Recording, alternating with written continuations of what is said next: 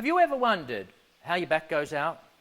You know, this might have happened to you or a cousin or a friend, but everyone knows someone that all they did was bend over.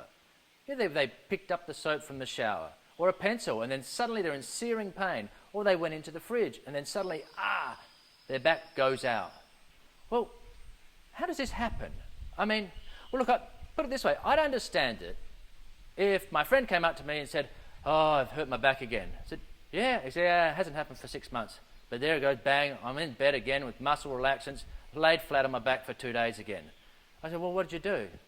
"Well, I tried to pick up a train." Well, I'd understand that, because a train's heavy, right? You go, "Yeah, well, that's way too much for your back to cope with."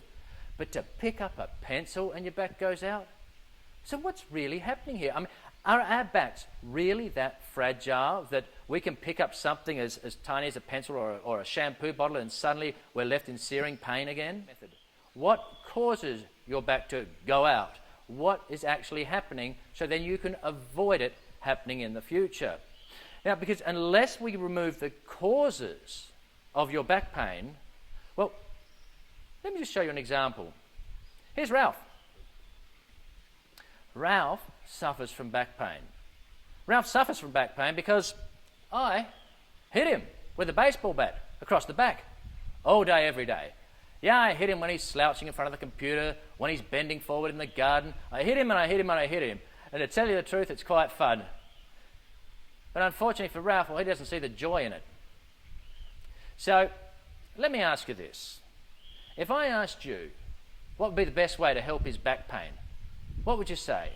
Get some chiropractic treatments, some massage, acupuncture, get his chakras balanced, check his diet, get me to stop hitting him with a baseball bat across the back. Well, that's not a bad idea, is it?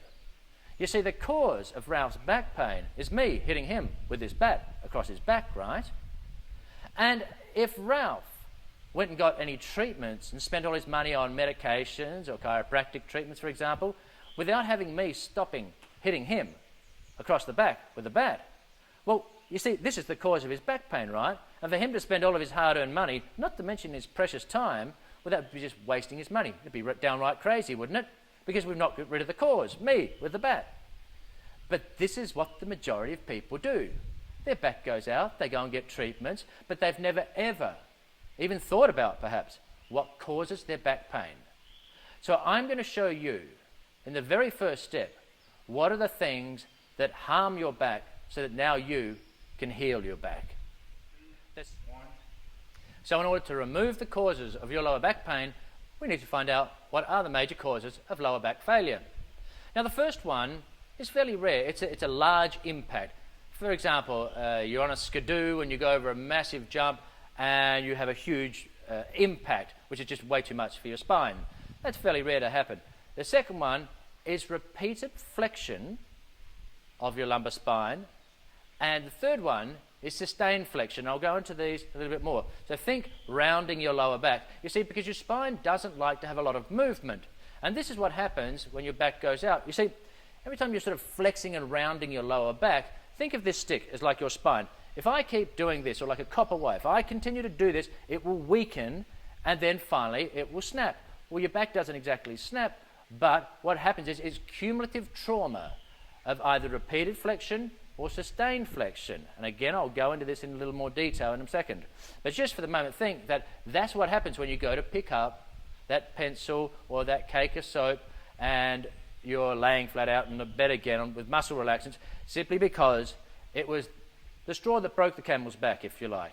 It was just that last little trauma of cumulative traumas to your lower back, because your spine can only take so much of this bending and flexing, all right? So repeated flexion is, let's say you're bending to pick up things in your garden and you're rounding out this lower back. You've lost that inward curve, the lumbar curve that I have now, and I'm standing up and you're standing up straight.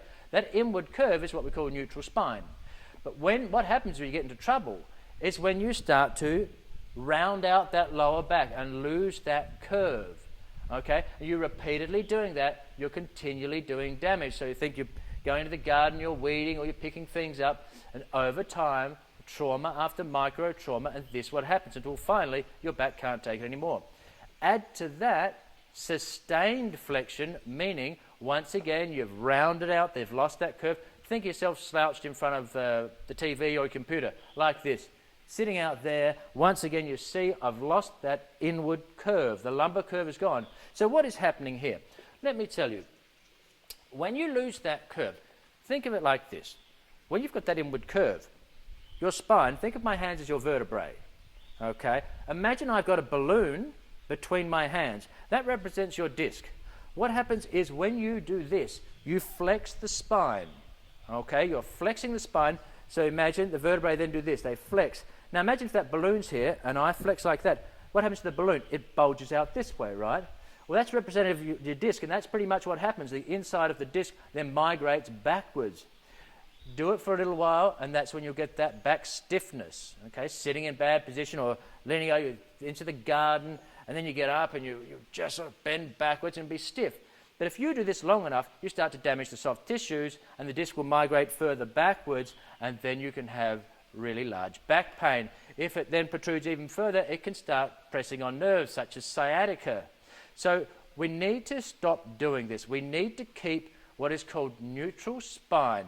So we're going to have to work on bending techniques, lifting techniques, sitting techniques. No more slouching. You need